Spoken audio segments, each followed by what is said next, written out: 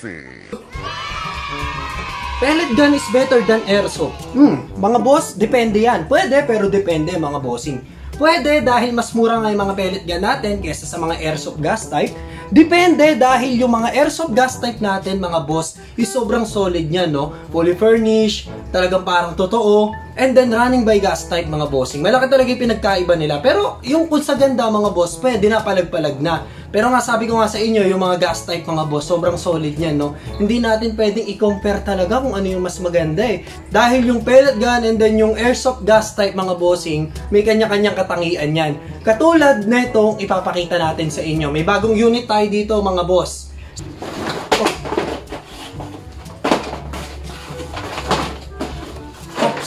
So, meron tayo ditong 1, 2, 3, 4. Pero yung dalawa dito is magkaiba lang sila ng kulay.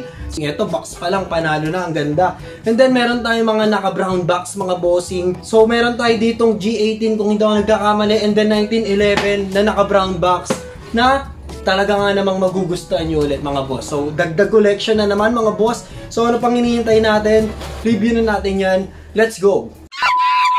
So, unahin natin buksan itong G6 Alloy Impact natin dito, mga boss. Box pa lang, mga boss, panalo na. Ang ganda, no? So, ito, model 1911 A1, caliber 45, auto. Yung auto, mga boss, di ibig sabihin gas type to. Ang dami kasi nagtatanong sa akin kung yung mga pellet gun na metal natin is gas type, mga boss. May mga ibang ganun na nagtatanong sa akin, mga bossing. So, alam niyo na dapat yan. Kung ang presyo niya is nasa 980 to 1,100 lang, mga bossing, walang ganung presyo na gas type, mga boss, no? Ang presyo ng mga gas type ngayon, nasa around 6,000 to 7,000 pataas, mga boss. Yung mga second hand, siguro mabibili nyo ng mga 3,545. Pero sa halagang 980 tsaka 1,100, mga boss, wala tayong mabibili na gas type na ganun. Yun yung lagi nyong tatandaan, mga boss, ha. Kaya kung may magbebenta sa inyo na gas type na ganun ang presyo, mag-isip-isip ka na agad.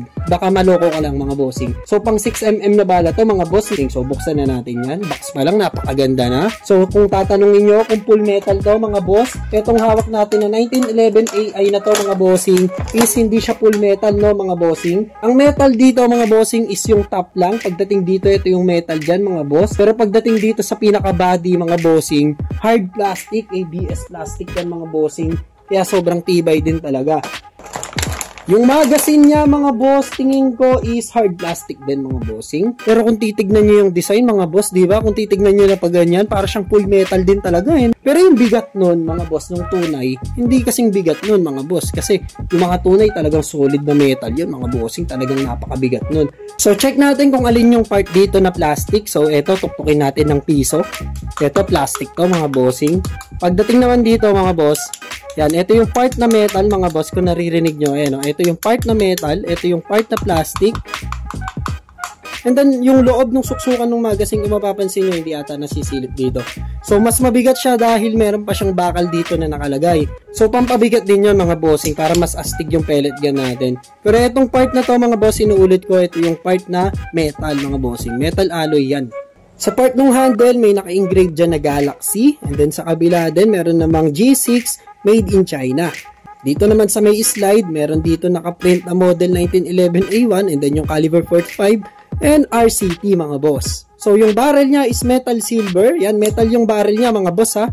So, ayan, kung mapapansin nyo, naroroskas yan. Sa mga hindi nakakaalam, pwedeng alisin yan. So, ayan, umiikot, diba? So, wag na nating alisin. Balik na lang natin. Kung gusto nyo magpalit ng ibang kulay ng barrel, pwede naman. Pero kung tatanong nyo kung meron ako ng extra barrel, wala ako nun. So, box pa lang nito, panalo ka na, mga boss. Apakaganda ng box pagkakagawa. Hindi ito tinipid, mga bossing. Ganda ng karton, ganda ng mga nakasulat, and then may manual dito sa ilalim, and then may manual dito sa ilalim kung paano nyo gagamitin. Mostly nakalagay dito kung paano ka magre-reload.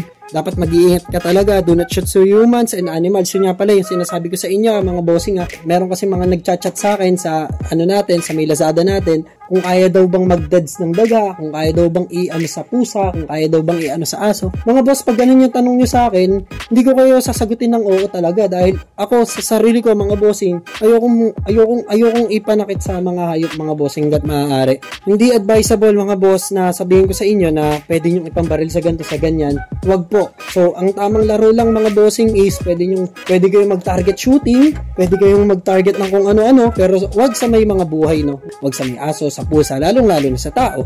Sa BBs, mga boss, mas maganda kung gagamit na kayo ng mga premium. Pwede kayo ng 0.12, 0.12 na white, and then 0.20 kung gusto nyo nung talagang mas maganda. And then meron naman tayong 0.20 na nakapacks. Mas mura to mga boss, 130 lang. So yun, kargahan na natin to mga boss. Ang ikakarga natin is itong 0.12 na color white.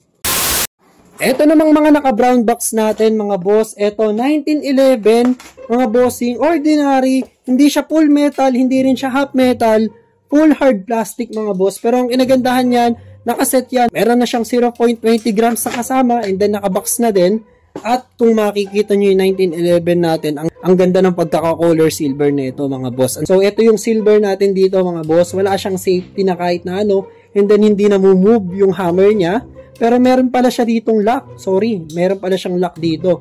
So may isa na siyang safety rito. Pwede nyong hindi ikasayan. Kung itatabi nyo at para safe, pwede nyong ilak yan para hindi makasa ng kahit sino at hindi siya makabaril or maka-aksidente ng kahit na sino. Ito naman yung isang kulay niya mga bossing, no? Color black naman yung sa handle niya. And ito, nagtataka ako, bakit movable yung hammer niya? So, magkaiba pala sila, no? Yung isa is hindi movable yung hammer at itong hawak ko na to is movable yung hammer niya, mga boss. Pero parehas lang silang 1911 mga bossing. Parehas lang din ng mga engrave sa gilid. Parehas ng design. May safety rin dito sa gilid. Pero ang pinagkaiba nila is ito, movable yung hammer mga boss. So mga boss, doon sa may Lazada natin, pasensya na nga pala yung iba pag hindi ako nakakapag-reply agad. Dahil hindi ko rin agad kasi na-check talaga. May ano tayo, no? Pag nag-reply ako ngayon, siguro mga 2 to 3 hours na ako babalik kasi may mga iba pa tayong ginagawa. So tsaka ako magre-reply. Pero kung hindi ako makapag-reply agad sa message nyo, sorry po agad dahil may mga ginagawa tayong iba. Pero magre-reply ako within the day mga bossing. Etong isa na to yung paborito ko sa lahat din mga boss. Dahil sa kulay niya. Yan, eto Glock naman to. Yan, Glock 18 mga boss. Pero kung makikita nyo yung kulay niya, ito talaga yung pinakagusto kong kulay ng pellet gun mga boss. Etong camouflage na para siyang mixed coffee color, no? Coffee brown. And then may color green and then may black. Basta napakaganda sa akin ng kulay na to mga boss. So eto naman is pure hard plastic mga boss. Hindi siya hindi siya metal mga bossing. Hard plastic lang din to mga boss. Pero yung putok niya palag-palag na din. Narinig niyo yun? Narinig niyo yun? Diba? Narinig mo yun, boss? Sobrang solid nung putok nito mga boss. Although hindi naman siya full metal talaga. Kahit yung slide niya hindi metal yan. So yung weight niya mga boss, sakto lang. Hindi ganun kabigat. Hindi rin naman ganun kagaan. Sakto lang mga boss. Wala rin tong kahit na anong safety features mga boss, no? So iba-iba din talaga yung mga katangian ng mga pellet gun natin. Depende rin sa presyo. Kung mas mahal siya, ibig sabihin, mas maganda yung pellet gun natin. Kung mas mura, so ibig sabihin, dun sa may mas mahal na presyo, yung meron sa kanila ng mga features na makikita nyo dun, is wala rito sa mga mas mura na pellet gun natin. Pero ang maganda rito, mga boss, sa mga bagong labas natin, is mga naka-brown box na yung iba, no? Yung iba kasi naka-plastic lang, di ba? Katulad ng mga Q1, Q11, Q7, mga naka-plastic lang sila, hindi nakabalot sa karton.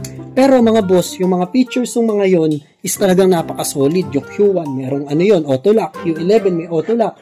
May mga safety features din. And malalakas din naman. So, ang target for today natin is etong lagayan ng buko. Meron din tayo ditong lagayan ng Choco Baby, mga bossing. Pero yung lagayan ng Choco Baby na yan, di na ako mag-expect na mabubutas natin yan. Dahil napakakapal yan. Eto, saktuan lang yung kapal dahil lagayan na siya ng buko. Pero makapal pa rin kesa sa ordinary na yung mga pangsamalamig. At eto, yung pinakagusto ko, yung plastic na may tubig. Yung karton, tignan natin kung mabubutas. Makapal yung karton na yan, mga boss. Karton ng kopi ko yan. Ayan nakita niyo yung kapal ng karton na yan. So, subukan na natin. Tara! So, itong G6 na yung subukan natin dahil siya yung nauna kanina. Siya yung uunahin natin ngayon. So, kasa natin. Let's go! Oops, di tinamaan. Oops, di tinamaan. Tumatalsik sa akin. Oops, ang hirap umasinta ng nakapikit. Baka kasi tumalsik sa akin. Uy, paling pa rin. Ayun, tumagos.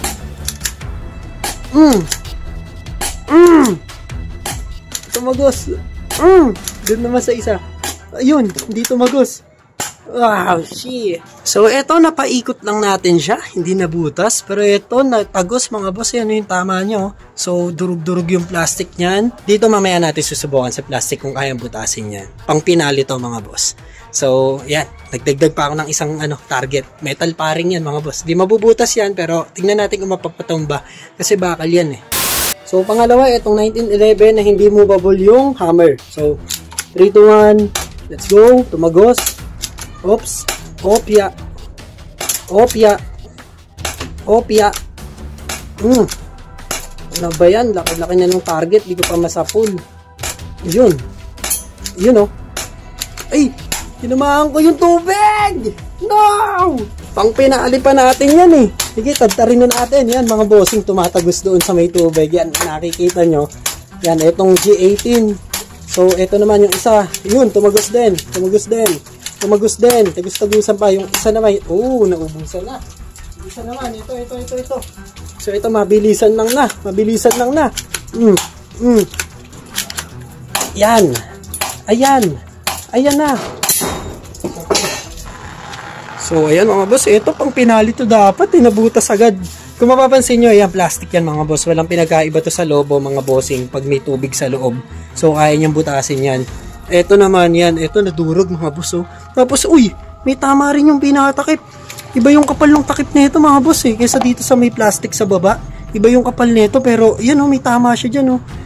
Ito naman, wala to, hindi to kayang butasin. Makapal talaga to. Makapal na makunat mga bossing. Yung metal paring na patumba natin, ayun, durog yung bala. Oh, durog. Ayun pa, durog. Ito, hindi durog. Oh, nice. Nice one. Isa pa, durugin natin to ng husto. Tignan naman natin ngayon kung tatago siya doon sa may karton. So, ito yung G6. Yun, tumagos mga boss. Makapal yan. Uy, tumagos na naman. Uy, tumagos na naman. Ayun, oh, bumaka to. Uy. Ay, ang ganda na itong G6 mga bossing. Kaya niyang tumagos doon sa may karton. Ayan na, basag-basag na. Yun. Iba yung G6 mga boss, kayang tumagos sa karton na makapal. Iba kasi talaga yung karton ng kopi ko, makapal to mga boss, kesa doon sa karton na ginagamit natin eh. Ayan na, request kayo ng request ng bago. Eto ngayon, ang daming bago mga boss. So, magiging available yan bukas. May kasalanan pa nga ako sa inyo eh. Yung Uzi na pinakita ko sa inyo nung nakaraan is hindi ko pa nalalabas mga boss. Hindi ko pa nalalagay sa Lazada natin. So, sabay-sabay na natin yan. Ilalabas ko na yan. Siguro mga 7 products ang ilalabas natin. So, abangan nyo na lang. And then, may tanong nga rin pala ako sa inyo mga bossing. Kung maglalabas ba ako ng gas type, marami bang bibili dyan sa inyo? So, nag-aalangan kasi kung mag-stock dito ng gas type, baka mamaya matulog lang yung mga gas type natin. Hindi natin mabenta. So, tatanong ko na sa inyo mismo kung maglalabas ba ako ng gas type, is may bibili ba sa inyo? Alam nyo naman, pag gas type mga boss, iba talaga presyo niyan. Mas mahal talaga ng triple. Hindi nga lang ata triple. O, triple mga boss. Sa ordinary na pellet gun natin. So, kung maglalabas tayo ng gas type, ready nyo na yung bulsa nyo. Mag-ipon-ipon na kayo mga boss. Dahil una sa lahat, mahal talaga siya. Pangalawa, sobrang ganda mga bossing ng mga gas type. Napapanood nyo yung Batang Quiapo? Yung mga ginagamit nila tanggol na handgun doon? Ganon mga bossing. Ganon kagaganda talaga. So yun lang mga boss. Kita-kits tayo next video. Maraming salamat sa inyo. Peace. Let's go!